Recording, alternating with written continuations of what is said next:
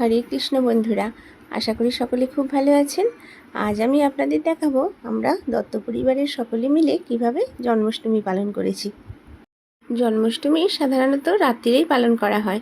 তো দেখুন, সবার আগে গোবিন্দের জন্য লুচি, তালফুলুরি, তারপরে চাঁচি, এই সকল আইটেমগুলি তৈরি করা হয়ে গেছে।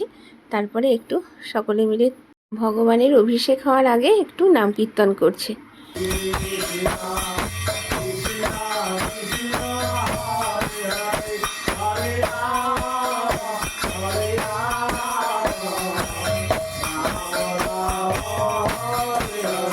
তারপরে একে একে সিংহাসন থেকে গোপাল সোনাকে, রাধারানীকে, গোবিন্দকে নামালাম। আর আমার মেজোজা আগের থেকেই চন্দন দিয়ে 3টি গামলা রেডি করে রেখেছিল, তাতে ফুল দিয়ে সুন্দর করে সাজিয়ে এরপরে ভগবানের অভিষেক করা শুরু হচ্ছে। সবার আগে রাধারানীকে নামালাম, তারপরে গোবিন্দকে নামালাম।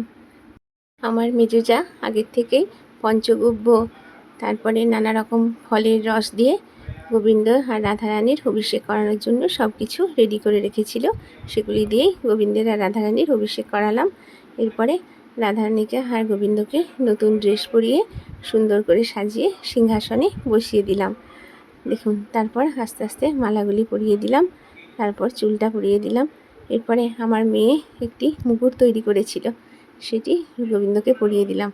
কেমন হয়েছে বন্ধুরা, আপনারা কিন্তু একটু জানাবেন আমার গোবিন্দের মুকুটটা পরে গোবিন্দকে কেমন দেখাচ্ছে। এরপরে ভগবানের ভোগ লাগালাম, তারপরে আমি একটু আরতি শুরু করলাম।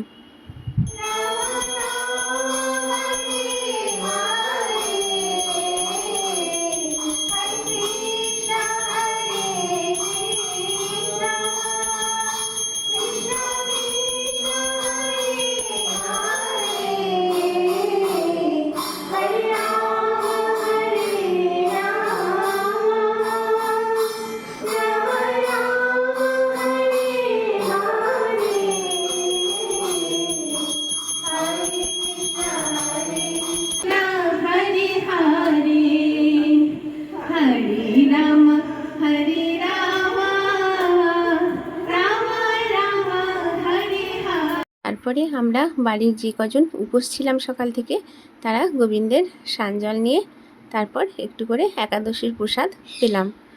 তো সব কিছু শেষ হতে প্রায় 1টা বেজে গিয়েছিল। তো বন্ধুরা, আমি আমার ছোট্ট ব্লগটি এখানেই শেষ করছি। সকলে ভালো থাকবেন, সুস্থ থাকবেন। দেখা হচ্ছে আরও অন্য কোনো সময়।